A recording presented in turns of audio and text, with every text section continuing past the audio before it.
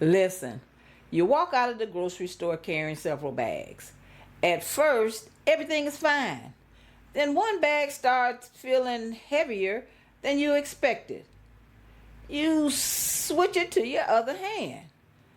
You know your car isn't far away, you can see it. And you're thinking, I can make it. But when you notice someone nearby who could probably help you, now you have a decision to make. Do you ask for help or do you keep going because you know you can probably do it yourself? By the end of this video, you'll know what to consider the next time you have to make that choice. Because sometimes the hardest part isn't doing the task, it's deciding whether you should do it by yourself. That's the dilemma. Hi everybody, I'm Lee. I'm a 79-year-old working nurse for more than 50 years. But today, I'm talking to you as another senior who understands something very simple. When you've been doing things for yourself for most of your life, asking someone else to help isn't always your first thought. You may think, I've got it. I don't need anybody to carry this. My car is right there. And maybe you're right. Maybe you can do it. That's what makes this a dilemma. I'm not talking about something you absolutely can't do. I'm talking about something you probably can do, but the question is whether doing it yourself is the choice you want to make. Let's look at the first choice. You keep carrying the bags. Why? Because you're almost to your car. You don't have to find anyone. You don't have to ask a stranger. You don't have to wait. And you don't have to explain yourself. You simply finish what you started. There's also another part of this. Doing things for yourself can feel good. I mean, you went to the store. You did your shopping. You paid for your groceries. And now you're taking them to your car. You may think, why should I ask someone to do something I can still do for myself? That's a fair question. Maybe the bag is uncomfortable, but it's manageable. Maybe you know exactly how far you have to go. And maybe asking for help will take longer than, simply walking to the car. So you adjust the bags again. You look at your car and you tell yourself, it's just a little further. That's a pretty good argument for doing it yourself. But now something changes. You're halfway to the car. The bag hasn't gotten any lighter now. Another bag is starting to slip your fingers. You stop for a second, you put the bag down, and then you pick it back up. Your car still isn't that far away. But suddenly, it feels farther than it did when you left the store. Now you start thinking, maybe I should have asked for help. But another thought comes right behind it. I'm already halfway there. Does that sound familiar to you? This is where the dilemma gets interesting, because now you're trying to decide whether you can carry the bags. You've already proven that you can.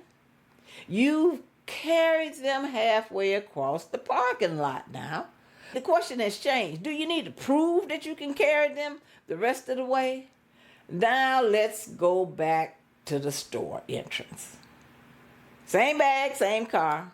But this time, before you start across the parking lot, you consider asking for help. Maybe a store employee is nearby. Maybe you're shopping with someone. Maybe someone has already asked you, would you like some help with? You have another decision. Do you say, yes, thank you? Or do you automatically say, no, I've got it? Asking for help could make the task easier now. You might get to your car without struggling with the bags. You might have more energy left before bringing the groceries in the house. And you wouldn't have to keep stopping to adjust everything. But there's another side to it. Maybe you don't want to wait. Maybe you don't feel you need the help. I don't know. Maybe accepting help for something you've always done yourself, feels unnecessary. And maybe that's important to you.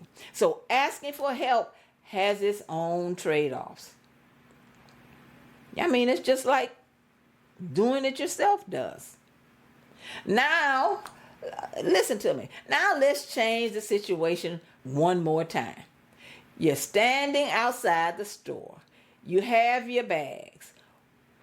One is heavier than you expected. Your car is not across the entire parking lot because you could see it. It's about 20 or 30 steps away. And someone says, "Would you like help?" What do you say? Your reaction might be, "No thanks, I've got it." But before you answer, you look at those bags.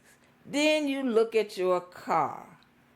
You can probably make it. You've done it before. So what matters more is in that moment, knowing that you can do it yourself, that you don't necessarily have to. That's where this becomes a real dilemma, because asking for help doesn't automatically mean you can't do something. And doing something yourself doesn't automatically mean it was the better choice. There are simply two choices, and each one has a trade-off. You're leaving the grocery store, your hands are full, one bag is heavier than you expected, your car isn't far away, and help is available. Do you ask for help, or do you tell yourself, "I can handle it"? What would make the decision for you? Would it be how heavy the bags are? How far away the car is? How tired you already feel? Or whether someone offered? Or simply how you feel about asking another person for help?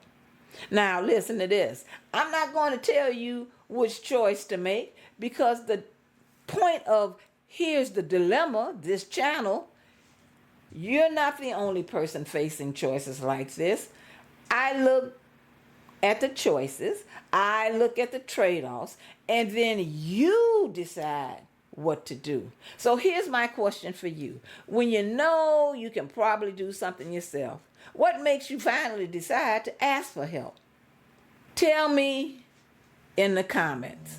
And if you would carry those bags yourself, I want to hear why. And if you would ask for help, I want to hear why too. There may be somebody reading the comments who's been struggling with this exact decision. Would you ask for help or do it yourself? That's the dilemma. And guess what? I'll see you in the next video.